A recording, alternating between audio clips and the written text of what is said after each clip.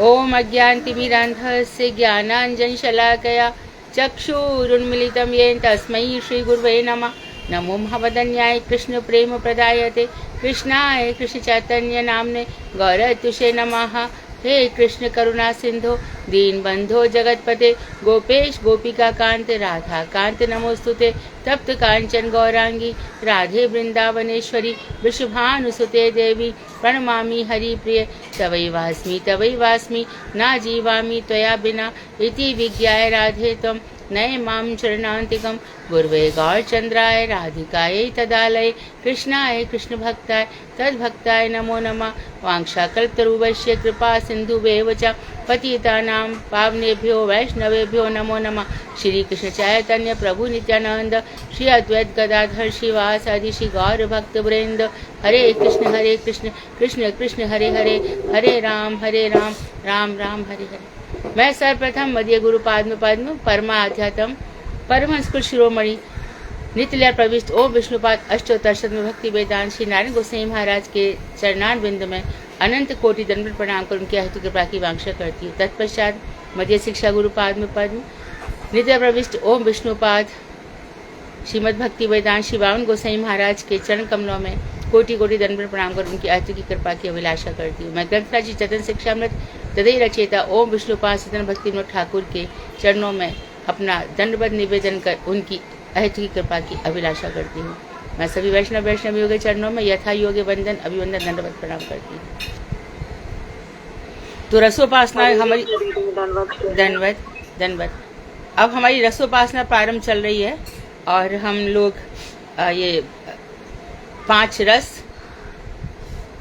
और 5 रस में मुख्य रति स्थायी भाव सब लोग याद रहना चाहिए।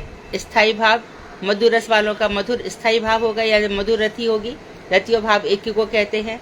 वत्सरति वालों का वात्सल्य भाव रहेगा, सखरति वालों का सख्य भाव और शांत भाव दास्य भाव इस तरह से रहेगा। इसके बाद भाव के बाद अनुभाव रहेंगे। अनुभाव उस दिन भी डिस्कस कर लिए थे। नृत्य गीत 13 अनुभाव है। शरीर का अंगड़ाई लेना, जम्भाई लेना, ये सब अनुभाव है। और विभाव 5 रसों में विभाव के 2 प्रकार हैं, आलम्बन और उद्दीपन। 5 रस में ही आश्रय श्री कृष्ण है, विषय श्री कृष्ण है और आश्रय अलग अलग हो जाएंगे। मधुर रस के आश्रय किशोरी जी होंगी और वात्स्य रस के नंद बाबा और यशोदा जी। और सख्य में श्रीदाम वसुदाम स्तो कृष्ण अर्जुन सुबल इत्यादि मधुमंगल। और शांत सभी भक्त जो इसमें शांत रस के अनुयायी की बात, क्योंकि शांत रस वृंदावन में नहीं है इसके लिए, लेकिन हम वृक्षों में यमुना जी में इत्यादि में हम शांत रस देखते हैं। और दास रक्तक पत्रक रसाला इत्यादि तो बहुत संकुचित मात्रा में है भगवान के यहाँ पर। भगवान के यहाँ कहने को तो 9 लाख गाय थी और बहुत नंद बाबा राय राजा थे और उनका बहुत प्रेम था, लेकिन दूध दही की खूब नदियाँ बहती थी और सभी लोग समृद्ध थे।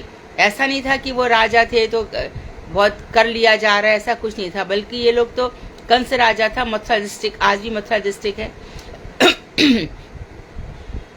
गोकुल वृंदावन है ना, गोवर्धन इत्यादि का जो मेन डिस्ट्रिक्ट है वो मथुरा ही है। तो वहाँ पर ये लोग टैक्स देने जाते थे। तो ऐसा हम कह सकते हैं कि कंस क्रूर राजा था और कर वसूल करता था, क्योंकि उनकी कुछ तो आय नहीं होती है, टैक्स से ही उन लोगों की आय चलती है। जिस प्रकार से हम देखते हैं कि ब्रिटेन में जो राज परिवार है उनकी भी आय इसी तरह के जो टैक्स वगैरह होते हैं ये उनकी आय होती है, राजा को देना ही पड़ता है प्रजा को। और तो इस तरह से चलते थे। दूध की वहाँ नदियाँ बहती थी। तो ये 5 रस है, विभाव है, अनुभाव है और उसके बाद संचारी भाव है। संचारी भाव 33 है। तो ये सब रस की सामग्री है। हमने भाव और सात्विक भाव जो अष्ट सात्विक विभाव है, श्वेत असुरस रोमांच गर्व इत्यादि। तो इन सब से बनकर के रस तैयार होता है। ये रसोपासना बहुत डिफिकल्ट है। जब बिल्कुल भी हम एकदम सीक्रेटली, किसी को पता भी नहीं चलता, रसोपासना एकदम शिखर पर पहुंच जाती है। ये आसान नहीं है। जब ऊपर तक पहुंच जाते हैं तब रस की ऐसी गंगा बहती है कि सुध बुध नहीं रहती, और फिर बस भगवान ही रह जाते हैं, भगवान के परिकर रह जाते हैं, उनके पार्षद रह जाते हैं, उनके धाम रह जाते हैं। वही हमारे सब कुछ होते हैं। प्रभुपाद जी ने कहा था, महाप्रभु ने कहा था, अन्यर मन मन मोर मन वृंदावन। किसी का मन, किसी का हृदय कुछ होता होगा, माँ कुछ विचार होता होगा, कुछ सोच विचार आते होंगे, जगत के चिंतन आते होंगे, कुछ ना कुछ उनके मन में उथल पुथल रहती होगी। मेरा मन तो वृंदावन है, मेरा मन वृंदावन है। इसमें बस राधा कृष्ण विराजित हैं, यमुना जी प्रवाहित हो रही हैं, वृक्ष खड़े हैं, सखा है, ग्वाल बाल है, गोप है, यही बस मेरे मन वृंदावन में नित्य हमेशा विराजते हैं। तो इस अवस्था तक पहुंच जाते हैं। तो कल हमने काफ़ी प्रश्न डिस्कस किए थे, आज आरंभ किया जाए। हरे कृष्णा दीदी, दंडवत प्रणाम। धन्यवाद। हरे कृष्णा दीदी, एक सेकंड दीदी, ये वात्सल्य रस में हम रोहिणी मैया को ले सकते हैं, नंद बाबा और यशोदा के साथ में? कृष्ण वहाँ पे आश्रय नहीं है, रोहिणी का प्रेम बलराम जी पे भी है ना। अच्छा जी दीदी, हम शुरू करते हैं। साधना दीदी, आप आ गए हो ना? हरे कृष्णा दीदी, हाँ जी आ गई हूँ। दीदी पेज नंबर बता देना, कौन से पेज नंबर का ये है प्रश्न उत्तर? दीदी हम जो हमारी क्लास थी ना 170 क्लास है शायद। हाँ, ये 170 क्लास जो है 377 से स्टार्ट है, उसमें आएगा ये। थैंक यू दीदी। और अभी हम लोग कर रहे हैं स्वार्थ और प्रार्थ रति के बारे में। हमने कल बात कर ली थी। प्रेमा दीदी अपना वीडियो ऑफ कर लीजिए प्लीज, प्रेमा दीदी। और अब हमारे पास, हमने बोला था कि संक्षेप में हमको बताना है। अगला चीज हमारे पास है सामान्य, स्वच्छा और शांति भेद। ये 3 चीजों में क्या क्या है, संक्षेप में कोई भी बता दे प्लीज। अनीता चौधरी दीदी। हरे कृष्ण दीदी, दंडवत प्रणाम। दीदी, सामान्य लोगों एवं बालिकाओं की कृष्ण के प्रति जो रति होती है वो उसे सामान्य रति कहते हैं। और साधक को जिस प्रकार के भक्त का संग प्राप्त होता है, साधक की रति स्फुटिक मणियों की भांति उसी प्रकार का भाव धारण कर लेती है, इसको स्वच्छ रति कहते हैं। और दीदी, समगुण से युक्त होकर अपने मन से विषय वासना को निकाल देने पर जो मन का आनंद होता है उसे सम स्वभाव कहते हैं। और ऐसे सम स्वभाव वाले पुरुषों की परमात्म ज्ञान से कृष्ण के प्रति जो रति उत्पन्न होती है उसे शांति रति कहते हैं। ये जो अनीता आपने सब परिभाषा बताई है, सबको समझ में आई है? दीदी जैव धर्म से पढ़ के बताइए। अच्छा, जैव धर्म में रति ये विस्तार से दी हुई है उसमें? हाँ जी दीदी, 470 और 471 पेज पे दी हुई है पूरी। हाँ, तो आप इनको आप बता दीजिए जैव धर्म की। दीदी, इसमें आपने ये भी बताया था ना कि कभी हम उनको कांत, कभी सखा, कभी प्रभु कहकर, कभी पुत्र मानकर, ऐसे अलग अलग कह के संबोधन कर, अलग अलग रसों के हिसाब से। हाँ, स्वच्छा में। हाँ, स्वच्छा में ये बताया था। प्लस दीदी ने ये भी बताया था कि स्वच्छा रति वो होती है जैसे कि स्फटिक मणि। स्फटिक मणि के सामने जो कोई रंग रख दिया जाए तो जैसा रंग स्फटिक में आ जाता है, स्फटिक मणि में, वैसे ही साधक के अंदर आ जाता है, क्योंकि उसको जैसा संग मिल रहा है, जिस भक्त का संग वैसा रंग उसको चढ़ जाता है। जिसको वो फॉलो कर रहा है, संग का फॉलो आएगा इसमें, अनुगत्य। संग तो हमें मिल नहीं सकता सुधा, अनुगत्य होगा। जी दीदी। तो फिर से बोलो सामान्य रति, एक बार फिर से बोले। हाँ जी दीदी। दीदी, साधारण लोगों की एवं बालिकाओं की कृष्ण के प्रति जो रति होती है उसे सामान्य रति कहते हैं। हाँ, तो सब लोग याद रखें, जो 4-5 वर्ष की ऐसे छोटी छोटी बालिकाएं हैं, और यहाँ पर पुरुष और स्त्री का भेद नहीं करेंगे, ये साधक है। यहाँ पर सब गोपी भाव से जा पाएंगे। तो इनकी जो रति है साधारणी, वो साधारण या सामान्य रति है। दूसरा, दीदी, तो हम बालिकाएं क्यों बोलते हैं? हर जीव ही हो सकता है उसमें, जैसे जब आप नहीं, कह रहे हो कि जीव कोई भी पुरुष और स्त्री ना जीव है ना, साधक अवस्था में जाएगा। जीव का तो मतलब सभी जीव हो जाएंगे, चींटी से लेके ब्रह्मा तक। लेकिन जो मधुर रति रसोपासना का साधक है, यहाँ उसकी बात हो रही है। ठीक है। जीव तो हम सामान्य चींटी से लेके ब्रह्मा तक सब जीव में हैं। नहीं, मेरा केवल मतलब ये था दीदी, बालिका ना कहकर कि कोई भी साधक। लेकिन वहाँ पर गोपी भाव से जा सकते हैं ना, मंजरी भाव से उपासना है ना उधर। बस वात्सल्य भाव में, सख्य भाव में जो मधुर रस है वहां पर उसी की उपासना रहेगी। मधुर रस में पुरुष का अधिकार नहीं है। जब चीरहरण लीला हुई थी तब भगवान के जो बिल्कुल प्राण प्रिय नर्म सखा थे उनका ही अधिकार था। तो सुबल थे वहां पे, सुबल नित्य निवृत्त निकुंज में भी जा सकते हैं, मधुमंगल का अधिकार है। लेकिन ये लोग राधा कृष्ण के प्रति बहुत ही इनका आदर का भाव है, तो वहाँ मंजरियाँ और सखियों का भी जहाँ प्रवेश नहीं है। तो हम ऐसे मंजरी भाव की जब रसोपासना कर रहे हैं तो वहाँ पुरुष भाव कैसे बोलेंगे बताओ?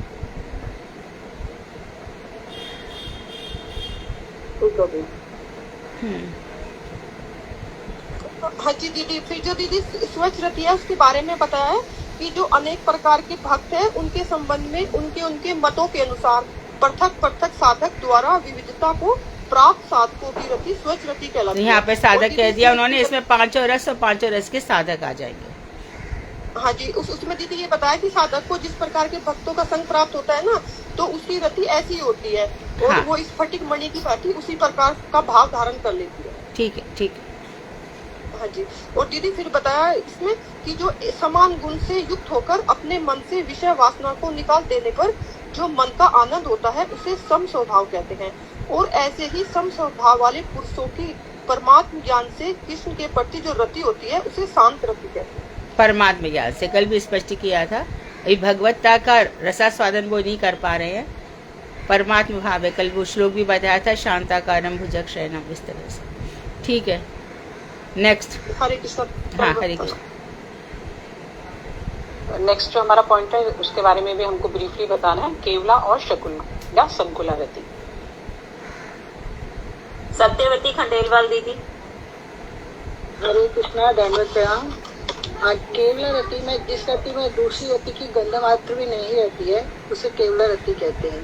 यह रति यथाक्रम से ब्रजानुक रसाल आदि दासों में, श्रीदाम आदि सखाओं में तथा ब्रजराज नंद आदि गुरुवर्ग में स्मृत होती है। अर्थ मतलब और संकुला नंद बाबा में मात्र वात्सल्य रति है ना, और सखाओं में मात्र सख्य रति है।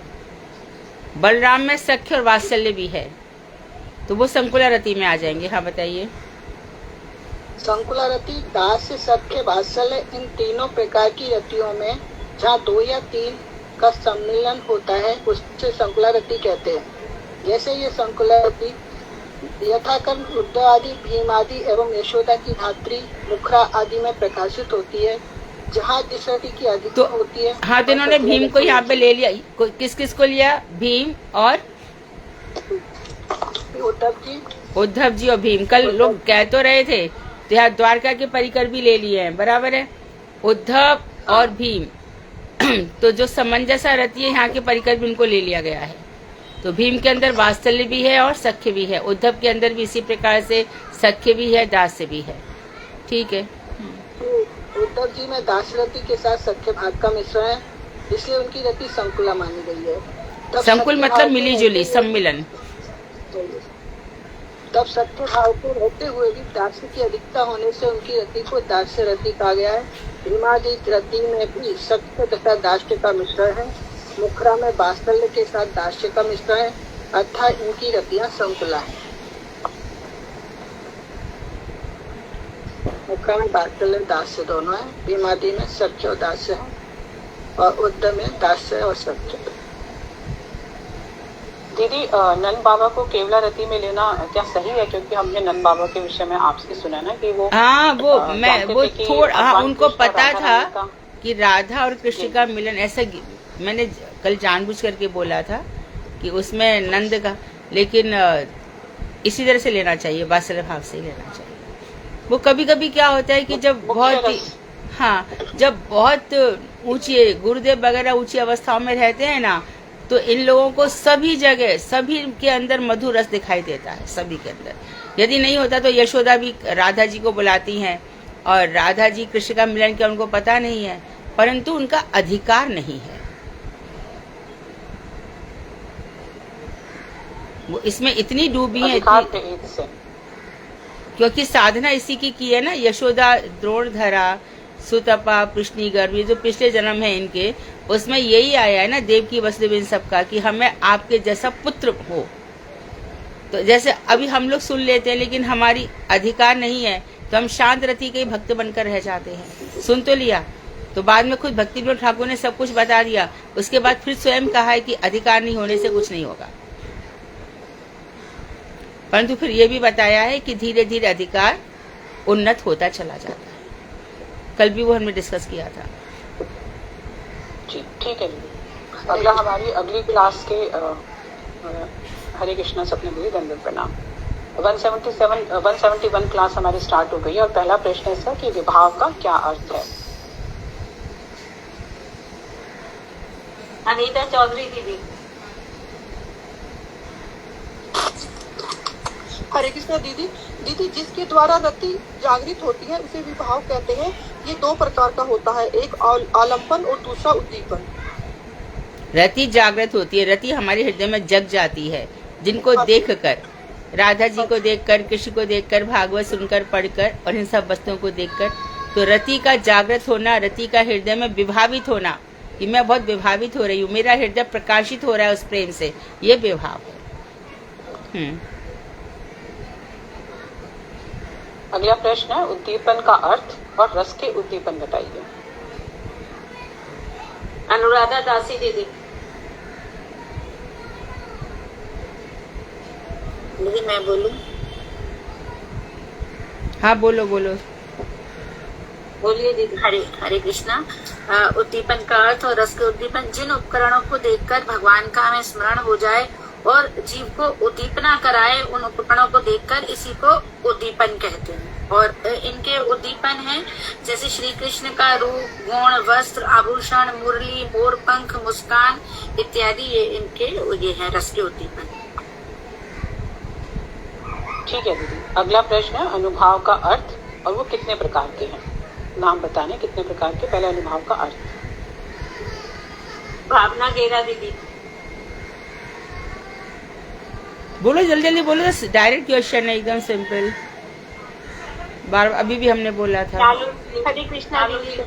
हरे कृष्णा दीदी। चालू दीदी। हरे कृष्णा दीदी। जिन कार्यों के दर्शन द्वारा रस की अवस्थित अनुभव हो, ये सभी अनुभव हैं। ये 13 प्रकार के हैं। नृत्य, विलुंठित, गीत, प्रवचन, तनुमोटन, ओंकार और चबाई लेना, श्वास वृत्ति, लोकपेक्षा त्याग, लालसराव, अट्ठास, बोलना और टिक्का हिचके लेना। हरे कृष्णा दीदी, दंडवत। जी। अगला प्रश्न है एक ही समय में ये समस्त लक्षण उदित हो सकते हैं क्या। डॉक्टर सत्या गोयल दीदी। नहीं दीदी, नहीं। एक ही समय में समस्त अनुभव लक्षण उदित होते हैं, ऐसी बात नहीं है, मतलब नहीं होते हैं। नहीं होते हैं, लेकिन दीदी एक या दो एक साथ। हाँ, 2 या 3 भाव हो सकते हैं। जी, वो हो आपका सकते हैं। मैंने जैसे बोला आप भी था कि नाचना और गाना साथ में चल सकता है, हो सकता है। हमारे गुरु वर्गों में अश्रु कंपन। जी जी जी जी वही। तो ये एक के ऊपर हो सकते हैं, सारे तो नहीं, पर हाँ 2 या 3 हो जाएंगे। नेक्स्ट क्वेश्चन हमारा है कि अष्ट सात्विक भाव का अर्थ क्या है और ये कितने प्रकार के होते हैं। निशा दीदी। हरे कृष्णा दीदी। जो विशेष तरीके के 8 भाव हैं उनको अष्ट सात्विक भाव कहते हैं।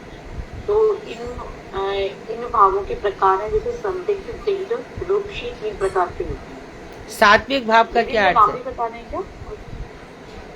सात्विक भाव का क्या। सात्विक भाव 8 प्रकार। हाँ जी। 8 प्रकार। स्तंभ, सुवेद, रोमांच। जी दीदी। अश्रुकंप, वैवर्ण्य, बोलिए बोलिए आप। स्वरभंग। जी। कंप, वैवर्ण्य, अश्रु एवं प्रलय, इन्हें अष्ट सात्विक विकार या भाव कहते हैं। सात्विक भाव का क्या अर्थ है। तो हरे कृष्णा दीदी, दंडवत प्रणाम। हाँ। दीदी जब भगवान के नाम रूप गुण और लीलाओं को देखकर हृदय द्रवित होता है तो अंदर से तो हृदय द्रवित होते हैं और बाहर 8 प्रकार के जो भाव है विकार है वो बहुत प्रकट होते सुंदर, हैं। बिल्कुल सही है। विशेष सत्व जागृत हो जाता है, हृदय द्रवीभूत हो जाता है और भारी लक्षण इस तरह से होते हैं। अंदर द्रवीभूत रहता है हृदय, बहुत सही है। और बाहर से लक्षण प्रकट होते हैं 8।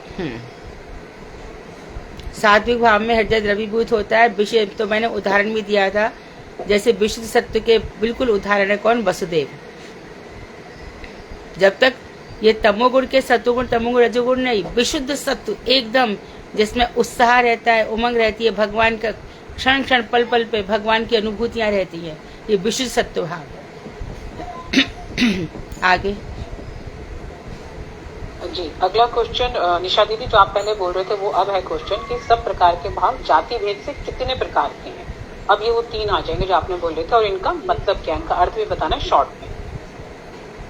रूबी दीदी चलिए आप ही बताइए दीदी। नहीं दीदी कोई बात नहीं, दीदी से पूछिए। हरे कृष्णा दीदी, मेरे पेज में ना 4-5 पेज पूरा प्लेन है, मैंने बनाया ही। बोलो मैं बताऊं। निशा दीदी को बोलने दीजिए प्लीज, फिर अगले क्वेश्चन। हमारे पास बहुत सारे क्वेश्चन है। निशा दीदी आप बोल लीजिए, कंप्लीट करिए। जी दीदी दीदी मुझे इतना ठीक से नहीं आते। आप अभी बोल रहे थे ना, आप बोलो, नहीं तो किसी और को बोलते हैं फिर। दीदी मुझे इसका ठीक से नहीं आ रहा है समझ में। आप मोहिनी दीदी आप बोलिए। मोहिनी दीदी। हरे कृष्णा दीदी, जब जीव का हृदय ना स्निग्ध भाव में, तो जब जीव का हृदय ना पूरी तरह से कृष्ण की रति से आप्लावित हो जाए तो उसको तो स्निग्ध भाव कहते हैं। और दिग्ध भाव में जब है ना रति ना पूरी तरह से आप्लावित नहीं हो पाती है, मतलब प्रेम तो आ जाता है लेकिन वो पूर्ण रूप से नहीं आता है, उसको दिग्ध भाव बोलते हैं। और रुक्ष में जब है ना रति शून्य ही रहती है और वो जीव जब कृष्ण की अद्भुत लीलाओं को, चरित्र को सुनकर थोड़ा सा ऐसे विस्मित सा हो जाए तो, और फिर वो थोड़ी देर के लिए इन भावों में ही घूमता रहे तो उसको रुक्ष भाव कहते हैं। जी, अगला प्रश्न का नहीं पूछे, वो तो ऑलरेडी दीदी ने उत्तर दे ही दिया। देखिए fill in the blanks type है, फिल इन द ब्लैंक है ये। बाहरी क्षोभ ही डैश एवं भीतरी क्षोभ ही डैश है।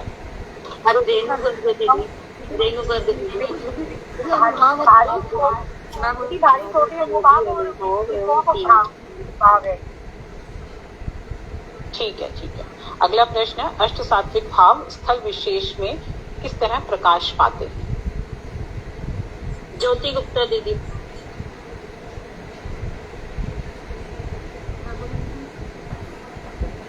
क्वेश्चन नंबर 9 है ये। हरे कृष्णा दीदी, मैं दंडवत प्रणाम। मैं काफी दिन से ना अटेंड नहीं कर पा रही हूँ, इसलिए मेरे को पता नहीं कुछ भी। मैं बोलूँ दीदी, आयुष वर्मा नाम से है।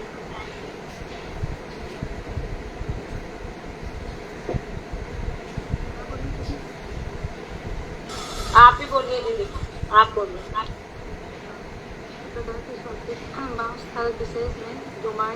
इंदु जी कहाँ है? इंदु जी से पूछो।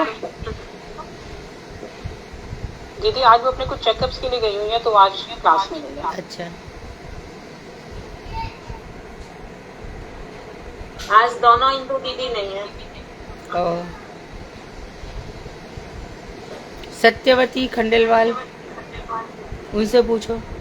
शैला खंडेलवाल होंगे। हरे कृष्णा, मैं बताऊं, अष्ट प्रकार के सात्विक भाव स्थल विशेष में धूमायित, ज्वलित, दीप्त और उद्दीप्त होकर प्रकाश पाते हैं।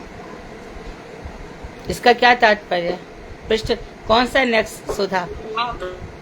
दीदी यही है जो आपने भी पूछ लिया। हाँ, नेक्स्ट यही था कि इसका अर्थ क्या है। मैं बोलूँ दीदी इसका अर्थ? हरे कृष्णा दीदी मैं बताऊँ? कल भी समझाया था दीदी ने, कल भी समझाया था क्लास में। जिसने ना बोला हो ना साधना दीदी से एक मार्च तक बोला दीदी अभी तक। हरे कृष्णा दीदी बताती हूँ। दीदी को तुम लता दीदी, मैंने नहीं बोला। आप बोलिए। कल विषय तुम्हारी ज्वलित दीप से अभिजित होकर प्रकाश पाते हैं और इन चारों का अर्थ तुम्हारी से ज्वलित दीप्त और सुदीप्त। हरे कृष्ण दीदी। एक एक करके अर्थ बताइए। हाँ बोलो बोलो बोलो अनीता। आधा घंटा के लिए चलते हैं और दीप्त तो और ज्यादा देर के लिए 4-5 घंटा और उदित है 8-10 घंटा रह सकते हैं। ऐसे हमारे सब कुछ है। इनकी काल अवधि बढ़ती चली जाती है, समय अवधि बढ़ती चली जाती है। हरे कृष्ण दीदी। और दीदी यहाँ मुझे एक बात पूछनी थी, जैसे हमारे षट गोस्वामी जी वो तो हमेशा ही उसमें रहते थे सुदीप्त भाव में। हाँ जी, हाँ जी उनका हम दीदी, 8-10 घंटे के सारे नहीं बोल सकते। हरे कृष्ण दीदी एक बार मैं बताऊँ थोड़ा सा। हाँ बोलो बोलो। हाँ दीदी, जो धुमाइत होता है वो थोड़े टाइम के लिए होता है और उसमें 1 या 2 विकारी होते हैं, तो साधक उसे कंट्रोल कर लेता है। जैसे कृष्ण का स्मरण हुआ, आंखों से आंसू आए, है ना, पसीना आया, तो उसे कंट्रोल कर लेता है। लेकिन जो ये दूसरा होता है ना, ये इसमें 2-3 साथी विकार होते हैं, उसे कंट्रोल करना थोड़ा मुश्किल होता है और दीप में और ज्यादा विकार एक साथ उत्पन्न हो जाते हैं। रोमांच भी होता है, अश्रु भी आते हैं, भक्त को कंट्रोल नहीं कर पाता। और जो सुदीप्त है वो राधा रानी में होते हैं, महाप्रभु में देखे गए हैं, उसमें 7-8 भाव एक साथ प्रकट हो जाते हैं। आधा शरीर तो पत्थर की तरह हो जाता है बिल्कुल, और एक फैल जाता है, कभी कश्मे की तरह सुकड़ जाता है और कभी बहुत लंबा हो जाता है। दीदी जैव धर्म से लिया भक्ति रसायन में सिंधु से। हरे कृष्ण दीदी, कृष्णदास प्रभु जी ने कथा में सुना था दीदी। अच्छा ठीक है ठीक है ठीक। और रोमावली जो खड़ी हो जाती है, रक्त निकलने लगता है, ये सारे बहुत भाव प्रकट होते हैं। ठीक है। हरे कृष्ण दीदी, धन्यवाद। हाँ अगला क्वेश्चन है, रत्याभास किसे कहते हैं? चालू दीदी। हरे कृष्ण दीदी। जो मुक्ति के लिए ईश्वर की उपासना करे उसको जो पुरुषार्थ होते हैं वो ही रक्ताभ्यास अर्थात दिखावटी है, जो ईश्वर के लिए उपासना करते हैं। हरे कृष्णा। ठीक है दीदी। ठीक है दीदी। रति है नहीं पर रति का दिखावा करते हैं पाखंडी। मायावादी होते हैं। सुधा दीदी। नहीं, ये अनीता दीदी कुछ बोली थी या किसने बोला था कि क्वेश्चन रह गया? कौन सा क्वेश्चन छूट गया? 11वां छूट गया था दीदी, इसीलिए ये सारे विकार देखे जाने पर उन्हें स्वाभाविक समझना चाहिए। तो दीदी ये वाला 11वां क्वेश्चन है। 11वां तो यही था, रत्याभास किसे कहते हैं? रत्याभास दीदी 12वां हटती है, तो 11वां ये किसी 11वां है दीदी, 11वां रत्याभास तो 11वां है, वो 10वां होगा। नहीं मैं बता रही हूँ, क्वेश्चन डालते बाद ना 2 क्वेश्चन ना 11 डल गए दीदी, ऐसा हो रखा। अच्छा दीदी वो फिर 11 और 12 दोनों क्वेश्चन 11 नंबर में ही है, 11 नंबर की 2 क्वेश्चन, तो वो है ना। चलो नेक्स्ट क्वेश्चन है, सत्वाभास किसे कहते हैं? सत्यवती खंडेलवाल दीदी। हरे कृष्णा। जिनका हृदय कोमल है उनके हृदय में अकारण आह्लाद और विस्मय आदि आभास का उदय होता है। उस आभास से भी सभी विकार होते हैं, वे सभी सत्व आभास जनित है।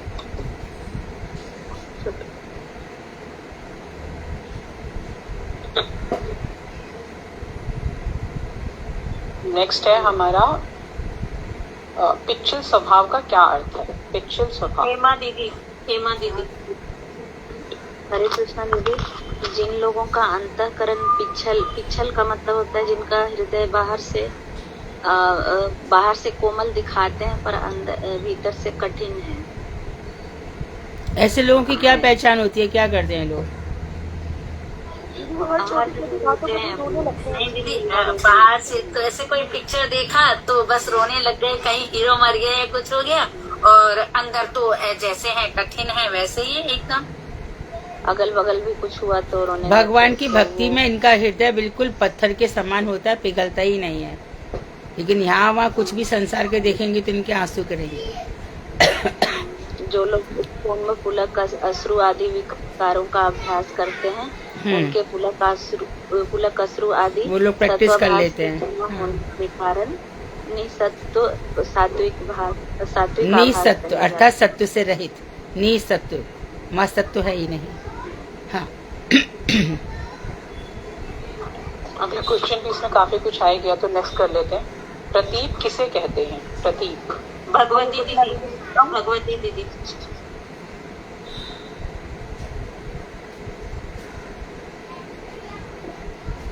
दीदी मैं तो कुछ भगवती दीदी। बोलो दीदी प्रतीक। बोलो दीदी। जो कामिनी, कामिनी दीदी।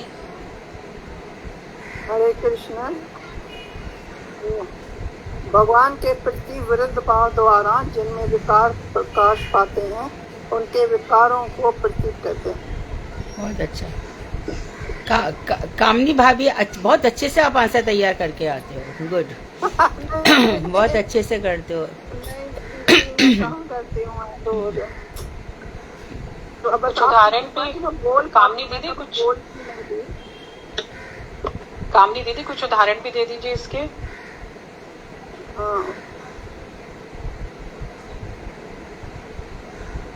कृष्ण लीला में ऐसे बहुत सारे पात्र आए हैं ना जो भगवान कृष्ण के प्रति भक्ति नहीं रखते थे, वो नाम बता दीजिए। वो जैसे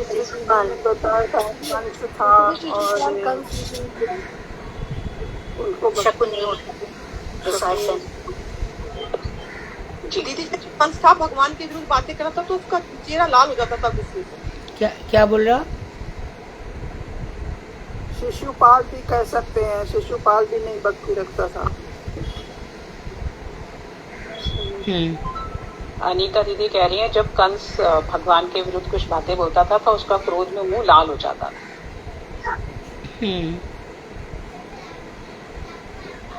नेक्स्ट क्वेश्चन है साधारण, सामंजस्य और समर्थारति, इनका क्या अर्थ है? एक आध उदाहरण भी दे दीजिए। रेवती दीदी।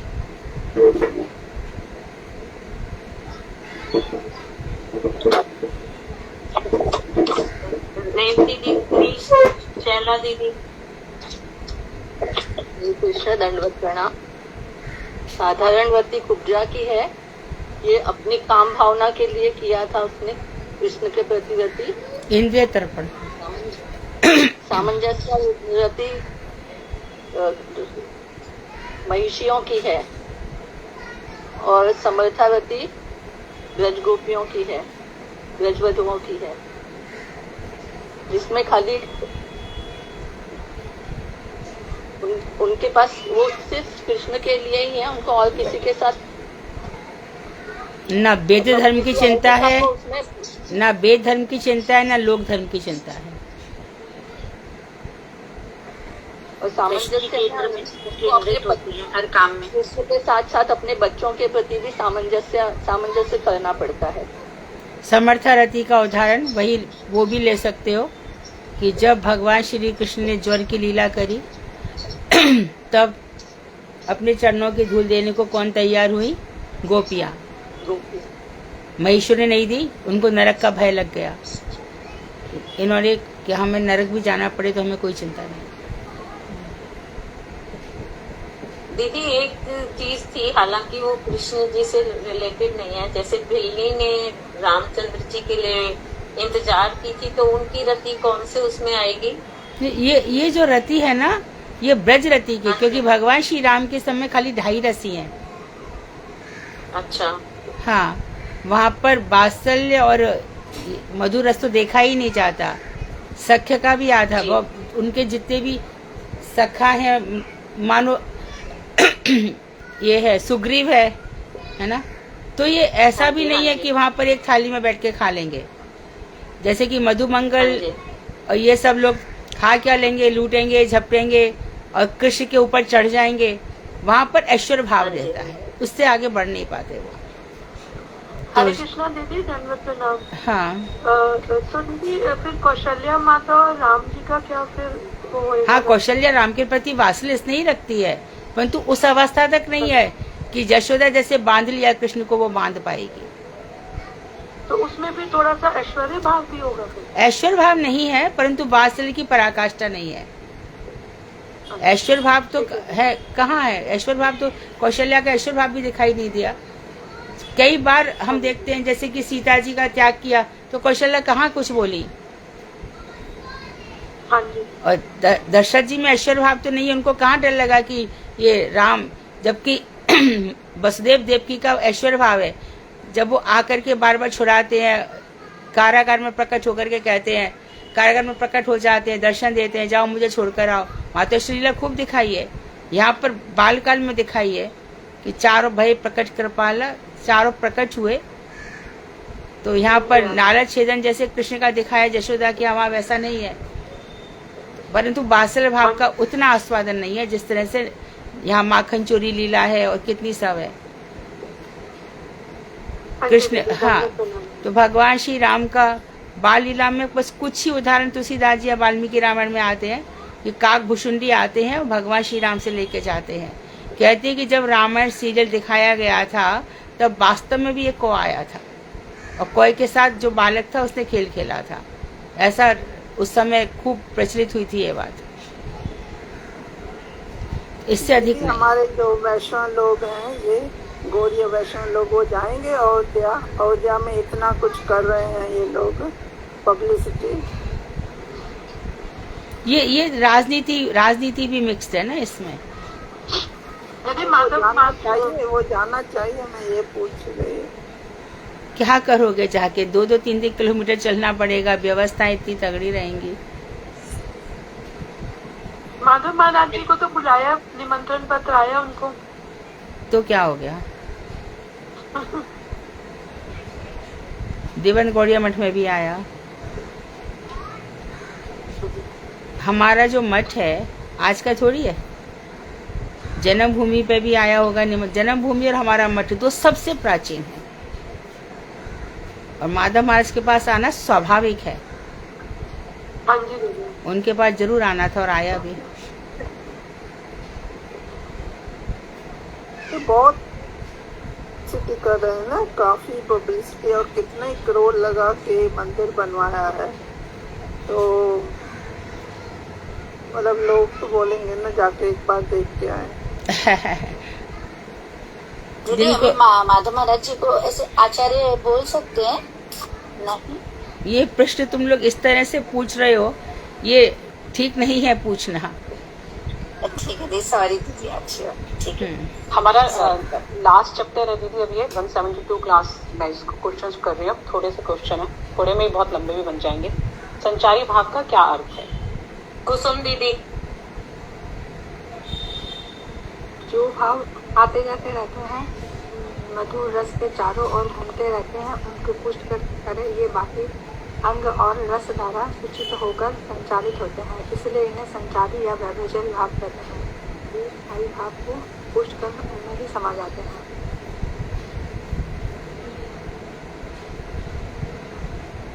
और प्राय ये वृद्धजनों में ही होते हैं। नेक्स्ट क्वेश्चन है हमारा, ये कितने तरह के होते हैं, कितने प्रकार के होते हैं? कामिनी दीदी। हरे कृष्ण, ये 33 प्रकार के होते हैं, तो उसके सब नाम दिए हुए हैं। निर्वेद, विषाद, दैन्य, ग्लानि, श्रम और मध्य, गर्व, शंका, त्रास, आवेग, उन्माद। हाँ, ये 33 है, बोल सकते हैं। हाँ, 33 तरह। मोहिनी, तो तुम मुझे बाद में बताना कि गुरु और आचार्य में क्या अंतर है। ठीक है दीदी। तुम अभी बता पाओगे? मैं तो नहीं जानती हूँ और मैंने भी कहीं से सुना था दीदी। मैं माफी चाहती हूँ, मैंने ये कर दिया और दीदी मैं बस माफी चाहती हूँ। गुरु और आचार्य में पहले अंतर बताना, उसके बाद। हाँ, नेक्स्ट क्वेश्चन हमारा थोड़ा सा उसके सारे 33 व्यभिचारी भावों के बारे में है, तो वो सबसे बाद में रखेंगे। नेक्स्ट क्वेश्चन कर लेते हैं, ये कौन से अनुभावों के द्वारा सूचित होते हैं व्यभिचारी? सत्यवती दीदी। हरे कृष्णा, ये वाक्य, भ्रूनेत्रादि अंग तथा सत्उत्पन्न अनुभवों के द्वारा सूचित होते हैं। भ्रूनेत्रादि अंग। जी, अगला है हमारा महाभाव दशा किन में पाई जाती है? One word answer. रेखी दीदी, ये तो बता दे दीदी, बता दो। डॉक्टर सत्या गोयल दीदी। हाँ दीदी, जीव और भगवान दोनों ही रस के आस्वादक हैं। जब जीव आस्वादक है तब भगवान आस्वादक। क्वेश्चन अलग है। महाभाव बोला ना आपने? श्रीमती राधा महाभाव जी मेरा प्रश्न सत्या दीदी, मेरा प्रश्न ये था कि महाभाव दशा किन में पाई जाती है?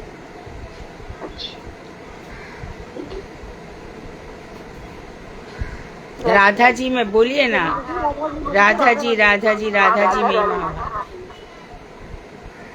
जी सिर्फ एक शब्द में ही सारी भक्ति सिमट के रह गई हमारी। अगला प्रश्न है जीव, जी दीदी अगला प्रश्न है जीव और भगवान कैसे रस के आस्वादक हैं? अनीता चौधरी दीदी। दीदी जीव और भगवान दोनों ही रस के आस्वादक हैं। जब जीव आस्वादक है तब भगवान आस्वाद है, और जब जीव ही आस्वादक है तब भगवान आस्वाद है। राइट। दीदी इसको थोड़ा सा एक्सप्लेन कर देंगे दीदी? मैंने अनीता जी जब ये बोला था तब क्या बताया था दीदी? उनका तो ठीक है भगवान का, लेकिन जीव कैसे? हाँ, थोड़ा सा भगवान अपनी भक्ति जब भक्त मंत्र जपता है या भगवान के साथ भाव प्रकट करता है, जैसे कि अभी राम ने क्या किया था, शबरी के पेड़ का आस्वादन किया था कि नहीं किया था? तो जीव दीदी है ना, तो उस समय तो कभी भगवान भी आस्वादन करते हैं जीव के भावों का। जीव के भावों का आस्वादन करना, इसलिए भगवान भी कभी कभी आस्वादक हो जाते हैं और जीव आस्वाद्य हो जाता है। ऐसे बहुत सारे उदाहरण मिल जाएंगे। हाँ, नहीं तो ठीक है। जब हम भगवान की वस्तु क्या है, भगवान के सामने अपने भाव प्रकट करते हैं और हमारी आंखों से अश्रुधाराएं बहने लगती है, फिर भगवान से भी रहा नहीं जाता, तो भगवान भी आकर के जब अश्रु इत्यादि पहुंचते हैं या अपनी करुणा बरसाते हैं, ऐसा बहुत। तो हमारे बरसाने में किशोरी जी कितनी बार ये तो अभी ज्यादा पुरानी बात भी नहीं है कि एक जो बरसाने का स्वीपर मेहतर जिसको बोलते हैं, तो वो नंदगांव में उसको सेवा मिली थी, वहाँ जाता था तो क्योंकि किशोरी जी की ससुरालय है नंदगांव, तो वहाँ का पानी भी नहीं पीता था।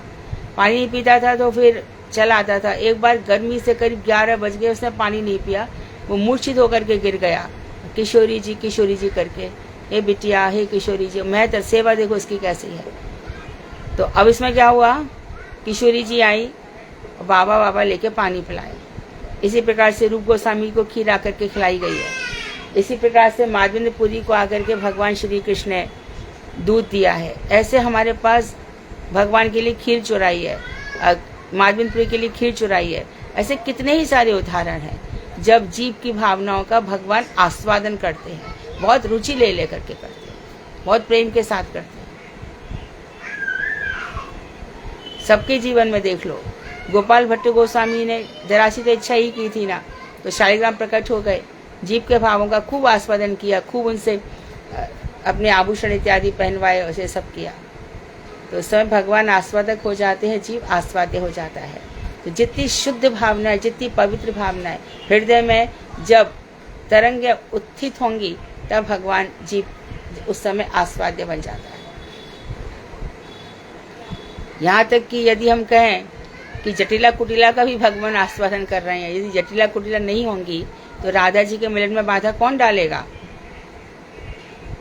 जितना विस्तार से जाते जाएंगे आपको बहुत सारे उदाहरण सामने आ जाएंगे। ठीक है दीदी, धन्यवाद। कंस के बैर भाव का भी भगवान ने खूब आस्वादन किया है।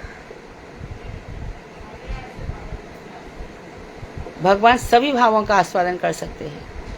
तो जय विजय ने क्या, भगवान ने एक बार बस अपने जंघा पर हाथी तो मारा था, तो लगा वीर रस का आस्वादन, तो फिर 3 जन्म लेकर के भगवान को वीर रस का खूब आस्वादन कराया।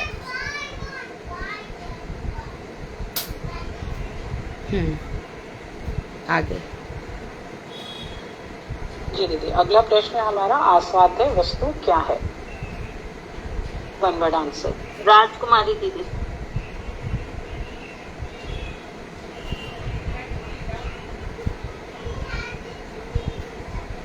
रेणु दीदी। दीदी ये हरे कृष्णा दीदी, प्रयुक्त रति आस्वाद्य वस्तु है।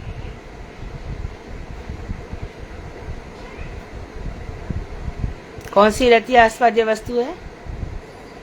रेणु क्या बोला तुमने? जब दीदी परकीय रस जो होता है वो ही आस्वाद्य वस्तु होती है। परकीय रति, परकीय बोल रही हो सुधा? ये होता है प्रत्युत रस बोल रही है, प्रत्युत रस बोल रही है। हाँ, प्रत्युत रस यानी कि विश्वास करना का मीनिंग है, यकीन या विश्वास करना नहीं, वो एक सेंटेंस था दीदी, वो सेंटेंस का वर्ड यूज कर रही है, वो जिसमें था ना प्रत्युत रस ही आस्वाद्य वस्तु है, प्रत्युत माने बल्कि, वो एक सेंटेंस चल रहा था।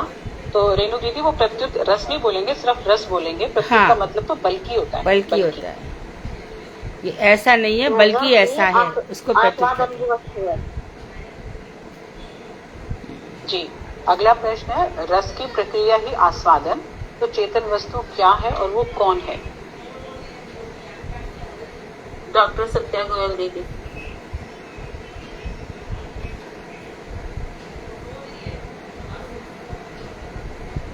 रस की प्रक्रिया में चेतन वस्तु क्या है? हाँ जी, रस प्रक्रिया ही आस्वादन और चेतन वस्तु ही इसका आस्वादक है। आस्वादक कौन है दीदी?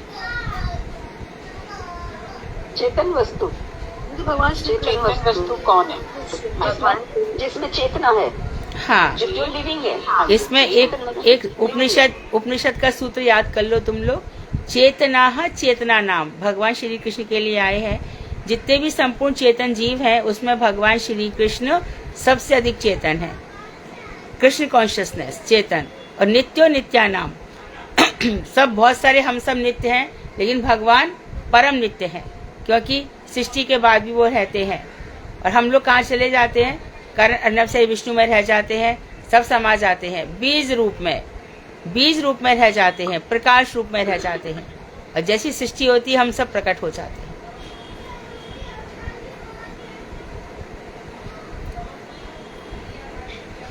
आगे है, विशुद्ध बुद्धि युक्त व्यक्ति किसकी उपलब्धि कर सकते हैं? मोहिनी दीदी। हाँ, हरे कृष्णा। विशुद्ध व्यक्ति ये रस की उपलब्धि कर सकता है, और ये रस है ना नित्य अखंड अचिंत्य एवं परमानंद स्वरूप है। जी, और ये महाभाव तक ऊपर जाता है, महाभाव तक के स्टेज तक जाता है। अगला क्वेश्चन है, युक्ति द्वारा किसकी अनुभूति प्राप्त नहीं होती? सत्य खंडेलवाल दीदी। केवल युक्ति द्वारा रस तत्व की अनुभूति प्राप्त नहीं होती है। युक्ति द्वारा चित्त रस अनुभूत होना तो दूसरा जड़ रस भी समझा नहीं जा सकता है। युक्ति का अर्थ होता है तर्क वितर्क कर लेना, अटकलें लगा लेना। युक्ति मतलब अटकल लगाना, अटकलों से रस समझ में नहीं आएगा। दीदी हमारे क्वेश्चंस तो सारे हो गए, लेकिन एक क्वेश्चन हमारा बीच में अटका हुआ है, जिसमें ये था कि वो 33 व्याभिचारी भाव कौन से हैं और उनके बारे में थोड़ा थोड़ा बताएं। तो वो कौन से हैं? वो तो 33 सबके पास ही, जिनके पास बुक है उनके सबके पास लिखे हुए हैं 33 तो ना, लिखे तो हैं, परंतु उनकी प्लस जो सपना दीदी ने दिया था उसमें बहुत अच्छा तरह से लिखा हुआ है, काफी कुछ है इसमें। परिभाषा उदाहरण है, परिभाषा उदाहरण है उसमें, तो उसमें विस्तार से दिया हुआ है। मानो सपोज मानो त्रास ले लो, एक व्यभिचारी भाव। अब त्रास में बिजली कड़क गई आकाश में, तो उससे त्रास हो जाएगा, डर हो जाएगा। किसी हिंसक जानवर को देख लिया, तो ये सब संचारी भाव है। जैसे कि भगवान राधा कृष्ण झूलन लीला कर रहे हैं, झूलन लीला में सखियां उनको अंगू पंगू बैठे आमने सामने, कभी भगवान को उठा करके किशोरी जी के बगल में बैठा देते हैं तो उस समय जोर से झटके दिए जाते हैं। तो क्यों दिए जाते हैं? कि किशोरी जी भगवान श्री कृष्ण का आलिंगन कर लें। तो ये सब बहुत सारे व्यभिचारी भाव इस तरह से चलते हैं। तो इसमें एक एक में भी 5-5 साथ है। तुम लोगों ने पढ़ा होगा, देखा होगा। तुम लोग इसका आनंद तो बहुत आता है, लेकिन इस क्लास में यदि हमारे एक दिन के 4 भाव भी हुए तो 8 दिन जाएंगे।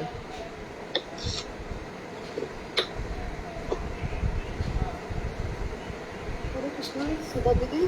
दीदी इसका क्या आंसर था दीदी? स्वाद वस्तु क्या है दीदी? क्या? रस।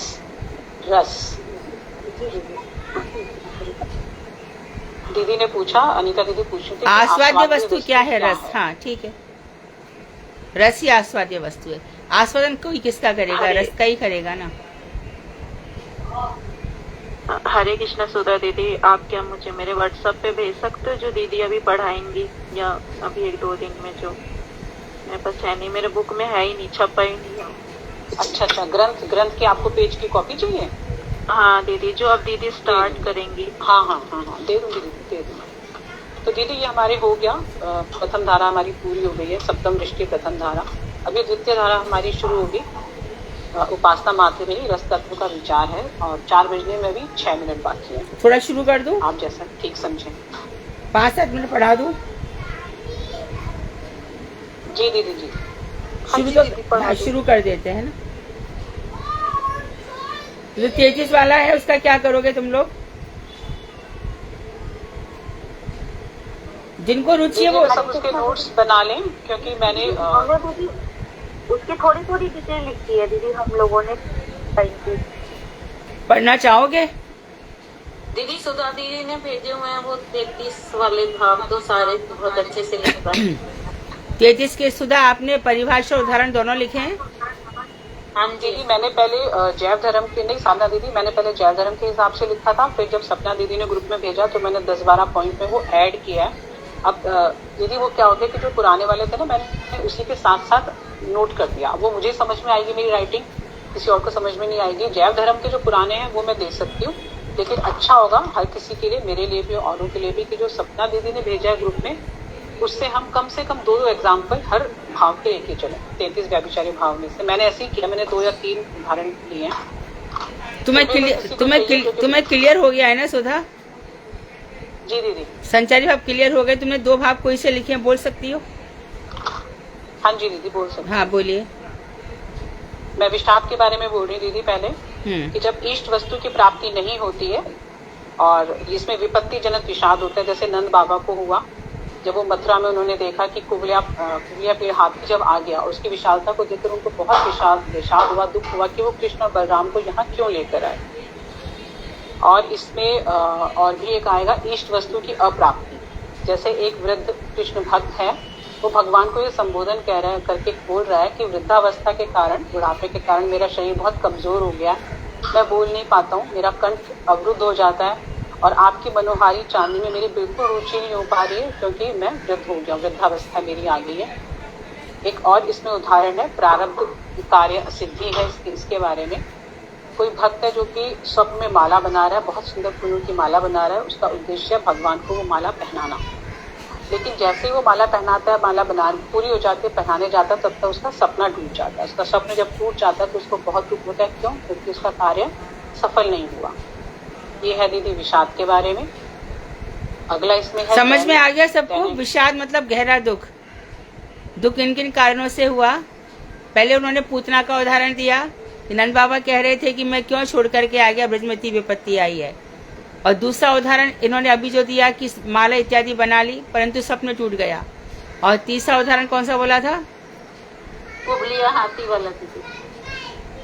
कौन सा? जो कंस ने रखा हुआ था, कुबलिया पेड़ हाथी। हाँ, तो ये विषाद है, गहरा दुख है। तो 33 संचारी भाव में इस तरह से है। एक तो ये हो गया, एक और बोल दो। जी दीदी। अगला है दैन्य। दीनता हो गया दुख। जी, दुख, त्रास एवं अपराध आदि से अपने को निकृष्ट मानना, यही दैन्य का मतलब दुख नहीं है, दैन्य का मतलब निकृष्टता है। दुख से, अपराध से अपने को अत्यधिक निकृष्ट मान लेना, ये दैन्य है। जी, त्रास जनित दैन्य का उदाहरण है उत्तराधिकारी। त्रास जनित मतलब डर से जो दैन्य हुआ है। हाँ, उत्तरा जैसे भगवान से प्रार्थना कर रही है। किस वक्त प्रार्थना करती है? जब अश्वत्थामा ने ब्रह्मास्त्र छोड़ दिया और वो इतना घबरा गई है, डर गई, और भगवान कृष्ण से प्रार्थना कर रही है कि ये जलता हुआ लोह बाण मेरी ओर तीव्र गति से आ रहा है, ये मुझे अपनी इच्छा अनुसार जला देगा, मुझे उस बात का कोई खेद नहीं है, पर मेरे गर्भ का नाश ना हो, तो ये भगवान रक्षा करिए। तो उसने क्या किया? इतनी डर गई है तो भगवान के आगे दीनहीन करके कह रही है इस बच्चे को बचा लो। और नेक्स्ट इसमें है दीदी अपराध जनित दैन्य, जो कि ब्रह्मा जी द्वारा हुआ, ब्रह्मा विमोहन लीला के बाद। तो जब ब्रह्मा जी को समझ में आ गया कि जितने ग्वाल गोपाल और जितने गाय बछड़े मैंने चुराए वो तो अभी भी ब्रज में मौजूद हैं और अपने अपने घरों में वो सब गाय बछड़े और बालक जा रहे हैं, बिल्कुल सामान्य उनका जीवन चल रहा है, तो उनके बाद वो ब्रह्मा भगवान के सम्मुख आके उनसे प्रार्थना करते हैं। तो ये हो गया अपराध जनित दैन्य। तो ये 2 प्रकार के 33 में से 2 प्रकार के हो गए। तो ये जो भक्ति रसामृत सिंधु से आपके लिए भेजा गया है पीटीएफ, जिस तरह से सुधा ने पढ़ा है आप लोग भी पढ़ सकते हो और बहुत क्लियर हो जाएगा। और बहुत आनंद आ रहा है ना सुधा उनको उदाहरण पढ़ने में? जी दीदी नोट भी किया मैंने। हाँ अच्छा लग रहा दीदी, मेरी अभी बात भी हो रही थी 1-2 लोगों से आज के। हाँ। जो सपना दीदी ने भेजा है वो 46 पेजेस हैं शायद। तो वो पेजेस ऐसे हैं कि मन करता है कि उनको लगातार पढ़ते रहें। और मतलब उसमें से हाँ कुछ भी जैव धर्म में भी हमने काफी बताए थे। उसमें से जैव धर्म में सात्विक भाव के भी उदाहरण बताए थे, मुझे स्पष्ट याद नहीं आ रहा है लेकिन काफी बताए थे। और ये भक्ति रसायन आपने जैव धर्म के दौरान ना आपने रस की क्लास का रिवीजन करवाया था। हाँ। क्योंकि हमारी 153 आपने 6-7 क्लासेस दी थी रिवीजन पे। हाँ। रस तत्व के बारे में उसमें एग्जाम्पल भी बहुत दिए थे। व्यभिचारी बहुत एग्जाम्पल थे। व्यभिचारी के जो मैंने कुछ उदाहरण नोट किए थे पहले, वो सब उसी में से किताब के लेक्चर में थे। हाँ ये और ये इसी 5-6 क्लासेस रिवीजन क्लासेस करी थी आपने, लगातार थी। तो ये इसी में से सब लिए गए हैं। और ये भक्ति रसामृत सिंधु जो पुस्तक है इसमें से तो जो वहां से निकली है ना सुधा इस्कॉन से, वो थोड़ी शॉर्ट है पर उसमें सब कुछ है, सब कुछ वर्णन है। हाँ जी, उसमें दीदी वो संस्कृत में श्लोक नहीं है, जैसे कि जो सपना दीदी ने भेजा उसमें संस्कृत में भी है और उसका अनुवाद भी है। हाँ। और इस्कॉन वाली में सिर्फ हिंदी में है एज अ स्टोरी, लेकिन वो भी बहुत अच्छे हैं। बहुत अच्छे हैं, उनको बेसिक उसका बहुत अच्छा है, समझ में आ जाएगा। तो भक्ति रसामृत सिंधु ग्रंथ पढ़ने से भक्ति तो बहुत बढ़ती है भाई। तो शैला जी आपके पास नोट्स हैं, आप बोलोगे? हरे कृष्ण। हाँ। मैंने ये संचारी भाव किताब में ही सब अंडरलाइन कर लिए थे नोट्स। इसके पहले वाले सब रस तत्व में जो थे ना वो बनाए हुए थे। संचारी भाव आने के बाद सब किताब में ही अंडरलाइन करके रखे हैं। किताब में तो सब पूरे ही अंडरलाइन था।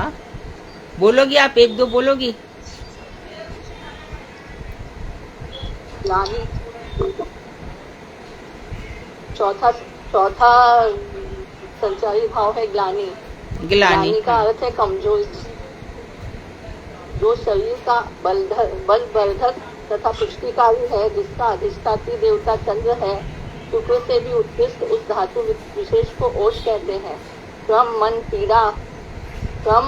मन पीड़ा प्रत्यादि द्वारा ओज के क्षय होने पर जो निष्प्राणता या दुर्बलता उत्पन्न होती है उसे ग्लानि कहते हैं। अपना तेज खत्म हो जाता है, जब अपना बल वीर जब नष्ट हो जाता है तो उस अवस्था को ग्लानि कहते हैं। इस ग्लानि से कम अंगों में निष्क्रियता, वैवर्ण्य, कृष्णता और नयनों की सब चपलता पैदा होते हैं। इसके लक्षण बता रहे हैं। जब ग्लानि होती है तो रंग फीका पड़ जाता है, आंखें इधर उधर देखने लग जाती हैं, आंखों में चपलता आ जाती है। श्रमजात ग्लानि का उदाहरण है। कौन सी ग्लानि? श्रम परिश्रम से। हाँ, परिश्रम के कारण। श्री नंद ग्रह की अध्यक्षा घनिष्ठा श्री कृष्ण के लिए दधि मंथन कर रही हैं, तब उसके हाथों में जो मणिमय उज्ज्वल कंकण थे वे थोड़े थोड़े हिल रहे थे और श्री कृष्ण गुणगान से उसके होठ मानो नृत्य कर रहे थे। उसके मन में आया कि मैं कृष्ण के गुण गा रही हूँ, कहीं मेरी सास न सुन लिया हो। ऐसी आशंका से उसके नेत्र चपल हो उठे और दधि कलश को मंथन करते करते श्रम के कारण विवशांगी हो गई। एकदम शरीर उसका कमजोर पड़ गया, आंखें चपल हो गई कि यहाँ सांस तो नहीं देख रही है। तो ये सब इस तरह से है। तो ये हमने शायद परसों उस दिन भी पढ़ा था। तो इस तरह से 33 संचारी भाव हैं और एक 33 संचारी भाव में। देखिए 1-2 मैं बोलूं। हाँ, कौन? मोहिनी। साधना। हाँ बोलिए। हाँ दीदी, जैसे सुप्ति नींद मतलब जैसे तो नहीं तो नींद जब हम सोते हैं तो हमें कौन सा वाला बोल रही हो? हमारी इंद्रियां शांत हो साधना जाती हैं। कौन सा बोल रही हो? सुप्ति। ठीक है, सुप्ति पा। हाँ। हाँ जी। नींद में हम जब सोते हैं तो हमारी इंद्रियां जो हैं वो शांत हो जाती हैं और माया जाल भी काफी समय तक हमारा छूट जाता है। और खास तौर पे जब हम नींद में लीलाओं की हमें स्फूर्ति हो जाती है तो हमारा माया बंधन बिल्कुल ही कट जाता है उस टाइम। और एक है चापल्य, कि अनुराग से या द्वेष से हम अपनी बात किसी के सामने रखते हैं। जैसे रुक्मणी जी ने पत्र लिखकर श्री कृष्ण को अपने विवाह के लिए प्रस्ताव रखा था कि आप मेरा वरण कर लें। दीदी मैं गर्व का बोलूं दीदी? हाँ बोल दो। उग्रता। बोलो। हाँ जी बोलिए आप।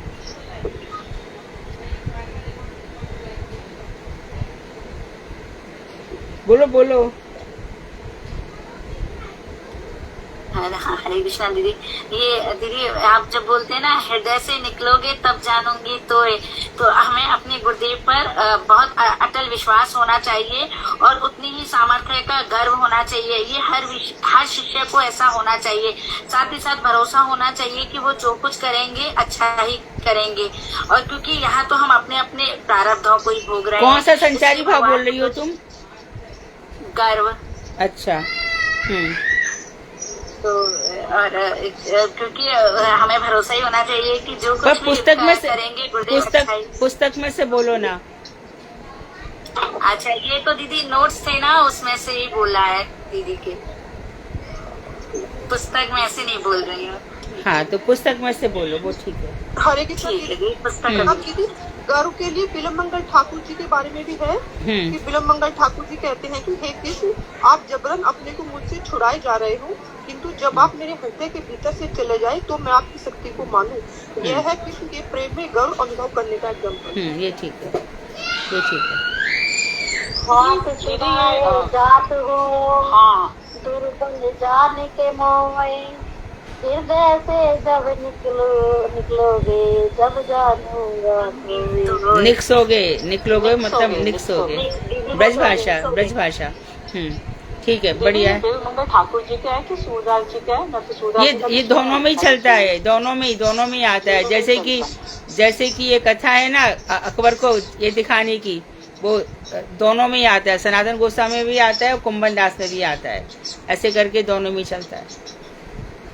जैसे भाई राधा रस सुधा निधि जो प्रबोधन सरस्वती ने लिखी है और उसको बोलते नहीं हित हरिवंश ने लिखी है, ऐसा चलता है, परंपरा से चल जाता है, इसमें कोई बात नहीं। पर घटना दीदी शंका के बारे में बोलो। अब तो तुम लोग को आनंद आ रहा है। हाँ बोलो। कौन है? शैला दीदी का शायद।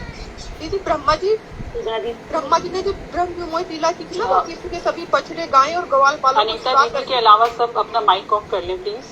अनीता दीदी बोल रही है, उनके अलावा सब ऑफ कर लें प्लीज। ब्रह्मा जी कृष्ण के सभी बछड़े गायें और ग्वाल बालों को चुरा करके चले जाने का प्रयास कर रहे थे, किंतु सहसा उन्हें अपने इस चोर कर्म का भाव हुआ। अतः वे अपनी 8 आंखों से चारों ओर निहारने लगे, इधर उधर देखने लगे। ब्रह्मा जी के 4 सिर होने से उनकी 8 आंखें हैं। यह चोर कर्म से जनित शंका में प्रेम भाव का उदाहरण है। और फिर दूसरा इंद्र का एग्जाम्पल है। इंद्र ने भी जब वर्षा की थी तो फिर उन्हें अपनी गलती का वो हुआ था, तो फिर भगवान के चरणों में उन्होंने शरण ग्रहण की थी। ये भी शंका का एग्जाम्पल है दीदी। हाँ, उनका चेहरा भी काला पड़ गया था शंका से। तो अभी आज के बाद ऐसा लगता है कि सब लोग यदि पढ़ना चाहें तो जिस तरह से अनीता ये लोग ने सबने याद किया है, सुधा साधना तो है ही, सपना जी है ही, शैला जी है ही, और ये सब लोग भी इसी तरह से पढ़ सकते हैं और आनंद ले सकते हैं। दीदी मेरे पास तो भक्ति रसामृत सिंधु थी इस्कॉन वाली, लेकिन दीदी देखो बुद्धि का वो होता है ना, आज मिले मुझे ये चीजें। चलो पुस्तक रखी थी, आपको मिल गई, अच्छी बात है। और ये जो पुस्तक है ये हरिनाम प्रेस की पुस्तक है। प्राय करके हमारे गुरुजी वहाँ पे कुछ उनका मायावाद फिलॉसफी है, इसलिए हम लोग उनकी पुस्तकें नहीं पढ़ते हैं, परंतु जहाँ तक हमारा रूप गोस्वामी का है वो मैटर हमें वहाँ मिल सकता है।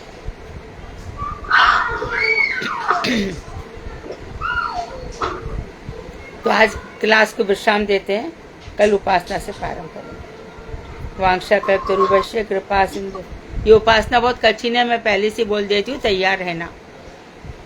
वांछा कल्पतरुभ्यश्च कृपा सिंधु वेवचा पतितानां पावनेभ्यो वैष्णवेभ्यो। एक छोटा और आप ये भी बता दीजिएगा जब तक भक्त भागवतम की कृपा ना हो तब तक भी हम समझ नहीं पाते, भले ही हमारे पास कितने भी ग्रंथ हो। ये आपकी कृपा से दीदी थोड़ा समझ आ रहा है। अरे तुम लोग भजन करते हो, उसी की कृपा है। सब भजन का जितना उत्कृष्ट श्रेणी का भजन होगा उतना ही ये सब कुछ जो चीजें हमें इमेजिनेशन लगती थी ना, क्या है क्या लिखा है। आज मैं नाम नहीं बताऊंगी, आज भी सुबह एक फोन आया था। अरे ये लोग उपासना तक तो पहुंचेंगे भी क्या, ये क्या इसमें बोल दिया है ना कि जड़ रस का, बाद में रस प्रचार करके बोल दिया है ना कि जो जड़ रस में जिसका मन लगा हुआ है वो इसको समझेगा ही नहीं। मैं कहा पढ़ने में क्या बुराई है, उसका अधिकार नहीं होगा तो नहीं समझेगा, अधिकार होगा तो खूब आनंद उठाएगा। रूप गोस्वामी काय के लिए लिखे, किसके लिखे गए नाम बताओ, कि उसी वो ही व्यक्ति पढ़ेगा, दूसरा कोई पढ़ नहीं सकता, ऐसा कुछ मेंशन किया है क्या? अधिकारी होगा तो इसके हृदय में। अब देखो, एक तुलसी जी की पूजा हमारे सब करते हैं, कोई गौड़िया वैष्णव ऐसा नहीं है। और तुलसी से प्रार्थना की जा रही है, मोर यही अभिलाष विलास कुंजे दियो वास, नैने हेरिव सदा युगल रूप राशि। ठीक है, विलास कुंज में मुझे वास देना। विलास यहाँ पे भगवान श्याम सुंदर राधा जी के साथ विलास कर रहे हैं, मैं यही अभिलाषा। कितने दिनों से तो लोग पढ़ रहे हैं, तुलसी ने कुछ किया ही नहीं उनके लिए, किया क्या? परंतु किसी को ये लाइनें ऐसी लग गई कि विलास कुंज क्या है, वो युगल रूप राशि विलास कुंज में कैसे विराजती है, तो वो उसमें लग गया। तुलसी परिक्रमा हो रही है, खूब हो रही है, तुलसी का 9 प्रकार से सब चल रहा है, बोना हो रहा है, उनकी स्तुति गाई जा रही है, सब केशव व्रत चल रहा है, तुलसी जी को जल सींचा जा रहा है, हर प्रकार से हो रहा है। फिर क्यों नहीं हुआ? 20-30 साल निकल गए, ध्यान भी नहीं आता। रटी रटाई कोई आरती हम बोलते हैं, उसका क्या अर्थ है, हमारे गोस्वामी ने आरती क्यों लिखी, इस पर हम लोग कितना विचार करते हैं। परंतु कम से कम डिस्कस होगा तो थॉट तो आएगा ना, तो थॉट तो आएगी, हाँ भाई डिस्कस हो सकती है, चीजें मन में लाई जा सकती है। हरे कृष्णा दीदी, आपका पढ़ाया हुआ दीदी काम करता है। जैसे अभी हम कथा सुनते हैं, या मैं अभी 7 दिन कथा सुनी दीदी, एक एक चीज मुझे बस स्मरण होता था कि ये दीदी ने पढ़ाया है, ये दीदी ने सिखाया है। तो होता है दीदी, और इसमें ये होता है कि हमारी चेष्टा कितनी है, क्या हमें जो दीदी ने पढ़ाया, क्या हम उस पे चलना चाहते हैं? अगर हमें चलना चाहते हैं तो थोड़ा बहुत तो होता है दीदी। वही तो हमारा यदि जड़ रस में प्रवेश है तो नहीं होगा, यदि उन्नत उज्जवल रस में प्रवेश है तो ये फटाफट हो जाएगा, सीधी सी बात है। गीत गोविंद का जब मैं, हाँ बोलो रूबी। और दीदी आपने 172 या 71 वाली क्लास में बोला था दीदी, मैं क्लास तो नहीं ली थी, आपने वैष्णव के बारे में, जितना उन्नत वैष्णव का संग करोगे उतनी भक्ति तुम्हारी अच्छी उन्नत हो होगी, जाएगी। जितना वैष्णव सेवा करोगे उतनी भक्ति अच्छी होगी तुम्हारी। तो दीदी ये बिल्कुल सत्य बात है, ये हमारा तो जो बातें हमने सुनी ही नहीं है कभी भी, तो बोलो हमारे हृदय में वो अटैक भी कैसे करेंगे? सुनना तो पड़ेगा ना। जब गीत गोविंद का अनुवाद हुआ तब भी ऐसे ही चारों तरफ गीत गोविंद का अनुवाद किया, बराबर है। चंपा खट्ट में है ना, जब हम जाते हैं नवदीप, माँ गीत गोविंद लिखा गया, पुजारी जी है दिन रात गीत गोविंद का पद गाते हैं, सब गाते हैं। तो पुजारी जी कहते हैं कि मुझसे तो भगवान खुद आकर कहते हैं कि जो गीत गोविंद का हिंदी अनुवाद है वो भी मुझे सुनाया कर। अभी तुम लोग बोलते ना आस्वादन, कृष्ण ऐसे आस्वादन करते।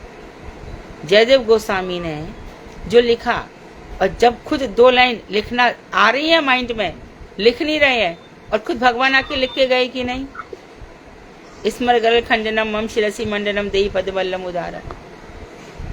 लेकिन ये चीज है जहाँ सत्य होता है हृदय में, वहां प्रवेश कर जाती है और जीव उन्नत होता चला जाता है। तब हृदय में जड़ रस भरा हुआ है तो इसके हृदय में कितना भी कुछ भी कोई कर ले होगा ही नहीं, वो वहां भी अपने गलत सलत जाने क्या क्या लगा लेगा। तो ये जीव की अपनी भक्ति पर निर्भर करता है पहले तो सुकृति हो गई, हम इस लाइन में आ गए तो हमारी थोड़ी थोड़ी कुछ भक्ति, फिर हमारा भजन, और हमारा भजन देखकर फिर गुरु वैष्णवों की कृपा। ये तो सिस्टम है, वो सभी के साथ सिस्टम है। कितना एक उड़िया बाबा और थे गोवर्धन में, तो उनको राधा जी के बहुत दर्शन होते थे, तो मुझे सुबल प्रभु लेकर गए थे उनके पास। तो राधा जी ने जहाँ जहाँ दर्शन दिया वहाँ उन्होंने तुलसी जी उगा दी। मेरे ख्याल से 4 या 5 जगह पे था। और जैसे कि जयदेव गोस्वामी के लिए लेकर गए, उनके लिए उन्होंने दिखाया कि कैसे राधा जी दो लाइन लेकर, उड़िया भाषा में राधा जी लिख के गए। प्रेमा माइक बंद कर ले। तो उड़िया भाषा में लिख के गई थी वो राधा रानी स्वयं, और वो ग्रंथ उड़िया भाषा में, ये हिंदी में अनुवाद नहीं हुआ है। माइक बंद कर लीजिए। तो इस तरह से देखो, अपना अपना अधिकार बढ़ता चला जाएगा। तो तुम लोग जो भी सुनते हो पढ़ते हो, उसका अर्थ मैं बार बार क्यों कहती हूँ, अर्थ पढ़ो, अर्थ पढ़ो, अर्थ पढ़ो।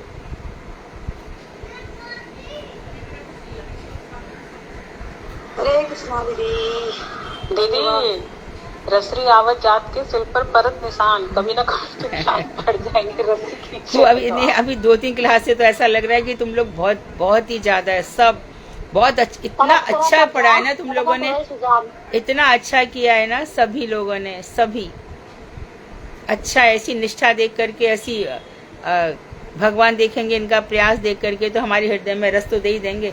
कम से कम इतना तो हो ही गया कि जड़ प्रपंच रस सब छूट रहे हैं, इतना भी बहुत है। मेरे को छोड़ के दीदी। क्यों ऐसा बोल रही हो? मैंने आपके 1 हफ्ते अच्छे से क्लास नहीं सुनी। अरे तुम तो यहाँ नहीं तो कहीं और सुन रही थी, भक्ति तो सुन ही रही थी ना, भक्ति चली रही है। चलो दीदी मैं एक कीर्तन कर। हाँ करो करो करो।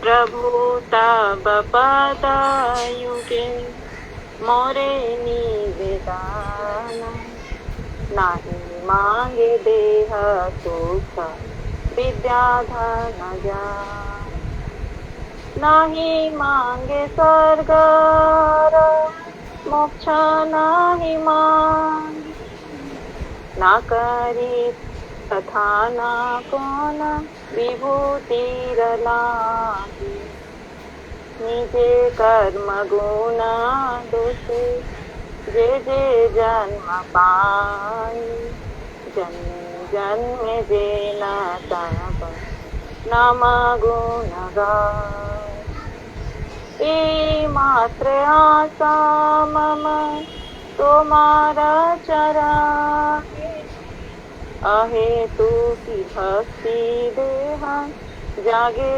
अनुछाने, विषय जे प्रीति हबे आछाए अमार, ते मते प्रीति हाउ चरणे तुम्हार।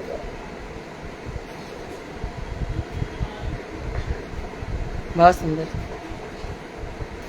विपदे संपदे,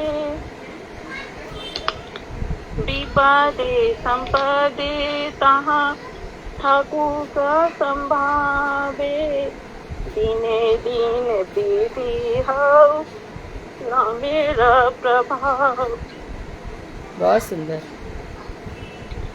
पशु पक्षी झुपरे थाकी स्वर्ग बनी रहे, तब भक्ति रहूं भक्ति विनोद हृदय, ठाकुर भक्ति विनोद, ठाकुर भक्ति विनोद, भक्ति विनोद, ठाकुर भक्ति विनोद। प्रभु हे प्रभु हे प्रभु हे प्रभु। हरे शरण। बहुत सुंदर। क्षमा करना दीदी, मैं सही बहुत सुंदर, तुम्हारी भावुकता अच्छी बात है, बहुत अच्छी बात है। हाँ, मैंने तो माधव महाराज से पर्सनल रिक्वेस्ट की है कि आप जाइए, जरूर जाइए, आपको बुलाया है। तो मेरी बात हुई थी फ़ोन पे उनसे, तो उनसे कहा है मैंने कि जाएं, तो कह रहे थे कि सोच रहा हूँ, देख लेता हूँ। दीदी हमें भी वो मोहिनी दीदी ने जो बोला हमें भी समझा दो। ऐसे मैंने तो आचार्य गुरु मैंने एक ही सुना है, एक ही। चलो किसी गुरु और आचार्य में फर्क होता है। गुरु तो कई होते हैं ना, शिक्षा गुरु होते हैं, दीक्षा गुरु होते हैं, वर्त प्रदर्शक गुरु होते हैं, चैत्य गुरु होते हैं, है ना। गुरु तो कई प्रकार के होते हैं। और जो आचार्य होता है, जैसे कि हमारे पूरे परम गुरुदेव थे दीदी, उनको हाँ, आचार्य उनको आचार्य, वो आचार्य, मतलब हाँ, ठीक है। बाण गोस्वामी महाराज वो आचार्य, जो एक साथ संपूर्ण जगत को, और जो कि खुद वहां से चले आते हैं। अभी कौन आचार्य है या कौन नहीं है, इस समय हम किसी को बताना बहुत मुश्किल होता है, बहुत मुश्किल है। सभी लोगों ने, वन महाराज भी थे, माधव महाराज ने गुरु जी की सेवा करी है, सब हमारे लिए तो सभी बराबर है। हमें इन सब चीजों में क्यों पढ़ना चाहिए, है ना। तो मेरा बेटा आपका लेटर पढ़ा था दीदी, हरे कृष्णा दीदी, और जो ग्रुप में लेटर डाला था ना आपका 6 करके लिखा हुआ था, तो वो अमल मतलब बेटा पढ़ रहा था, तो वो उसको बहुत अच्छा लगा। वो कह रहे थे मम्मी गुरुदेव मतलब ऐसे उसने जो समझा वही बोला कि मतलब गुरुदेव इतना प्रेम करते थे दीदी से कि उन्हें लेटर भी लिखते थे, और उनका जो हिंदी था एकदम प्योर हिंदी में लिखना। तो ये कह रहे थे, मैं बोली हाँ, उनके पास तो बहुत सारे लेटर हैं।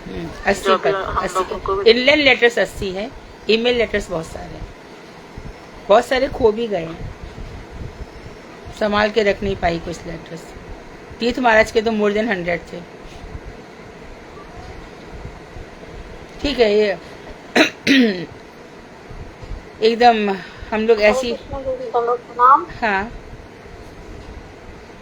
आचार्य की तो एक उपाधि दी जाती है ना, उपाधि होती है ना, ये तो आचार्य उपाधि होती है।